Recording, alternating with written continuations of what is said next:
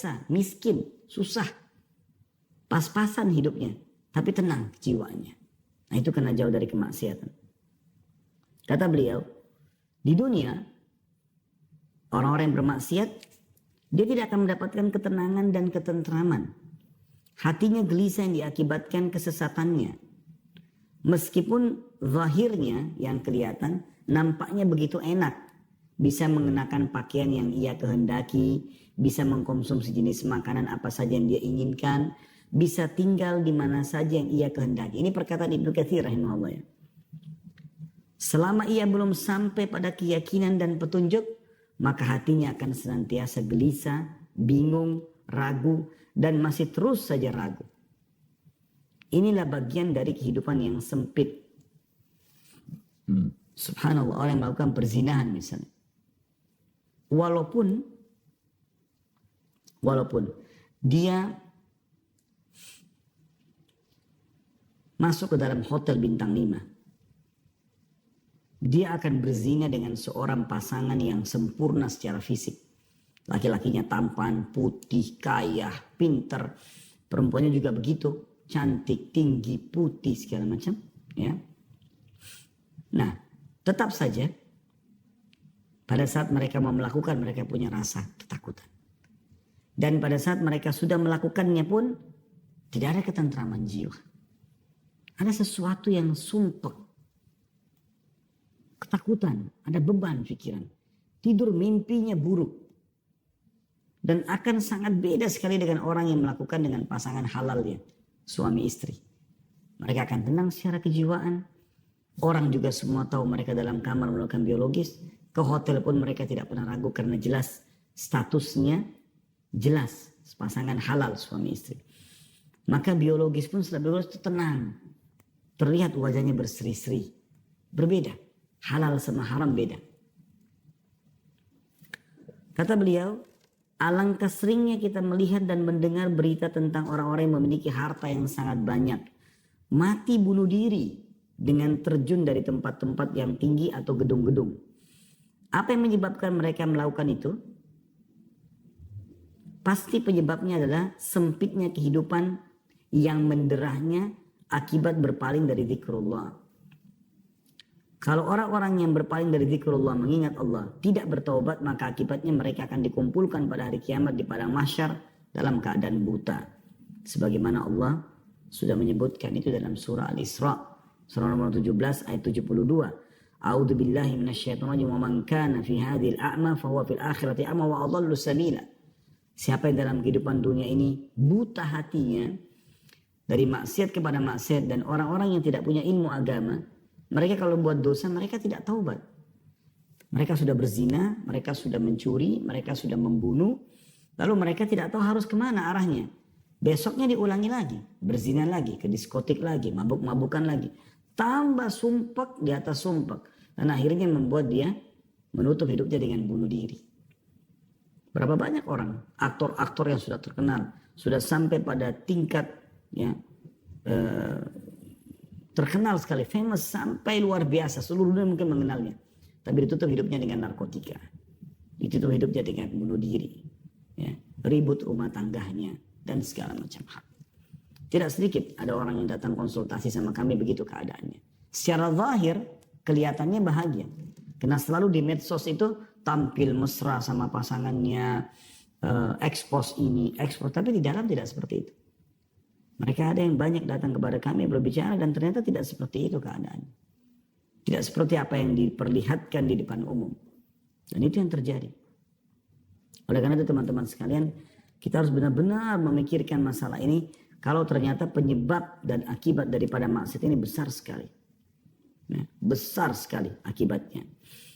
Baik, kita coba teman-teman sekalian lebih dalam lagi untuk mempelajari kira-kira efek-efek apa yang didatangkan dari kemaksiatan itu. Seperti apa sih kira-kira? Yang pertama sekali yang bisa datang, yaitu dia akan mendatangkan kemurkaan Allah Subhanahu wa Ta'ala. Dan murka Allah ini berbahaya sekali. Karena kalau sudah Allah pencipta langit dan bumi ini murka, pemilik jasad Anda murka dengan Anda, ini bahaya sekali. Segala macam ancaman bisa datang kepada Anda. Tadi biar kita pakai baju bagus, biar rumah kita bagus, di apartemen mewah, punya mobil mewah, pekerjaan banyak, titel dan jabatan menumpuk. Tetap sumpah. Tetap sedih. Karena sebenarnya dia sedang melakukan sesuatu yang merusak hubungan dia dengan Sang Pencipta langit dan bumi.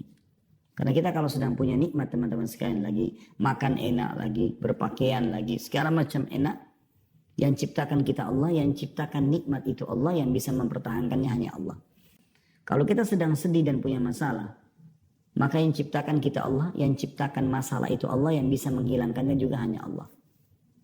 Itu yang sering Anda dengar mungkin, qul inna salati wa nusuki wa mahyaya wa mamati lillahi rabbil alamin. Katakan hai Muhammad dan ajarkan kepada umatmu.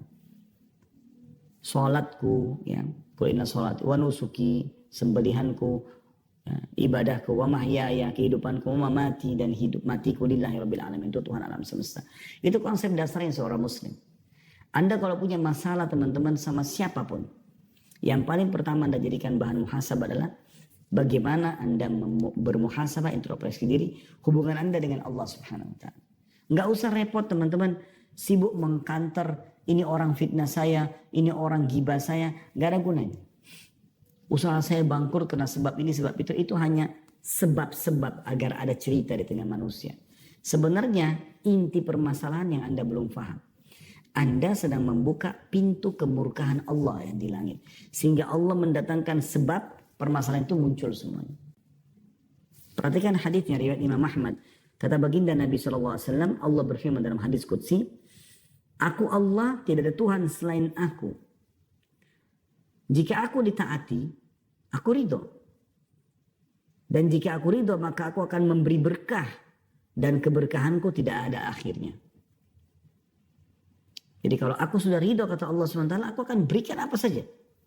Termasuk kebahagiaan, ketentraman, kecukupan, segala macam. Tapi jika manusia maksiat kepadaku, berbuat dosa kepadaku, melanggar, aku murka. Dan jika aku murka, aku akan melaknatnya. Dan laknatku akan sampai pada 7 turunannya. Artinya akan turun kepada orang-orang ini. Bahaya sekali. Ya. Dan ini poin yang harus digarisbawahi teman-teman. Cukup kemurkaan Allah Subhanahu wa taala ini datang kepada kita, ini bahaya sekali. Maksiat kepada Allah juga ini bisa menghalangi Anda dari ilmu. Ide-ide yang bagus, yang brilian gitu. Dinukil dalam sebuah kisah Imam Syafi'i rahimahullah berkata, beliau sering kalau dikasih hafalan oleh gurunya Imam Waqi, hafal lupa, hafal lupa. Maka dia bilang dalam syairnya yang masyhur, syaqautu ila waqi'i su'a hifdhi. Aku keluhkan kepada Imam Waqi tentang buruknya hafalanku. Fa akhbarani bi anna fa arsyadani ila tarki ma'asi. Maka dia memerintahkanku untuk meninggalkan dosa-dosa. Wa akhbarani bi anna ilma nurun, dan dia menyampaikan kepadaku bahwasanya ilmu itu adalah cahaya. Ya. Wa nurullahi la yu'ta li 'asi. Dan cahaya Allah tidak akan diberikan kepada orang yang bermaksiat. Oleh karena itu teman-teman sekalian, maksiat Anda lakukan ini akan menghalangi Anda dari ilmu agama, memahami ilmu agama. Dan ini adalah panduan hidup Anda. Ilmu agama ini seperti bodyguard. Karena Anda mau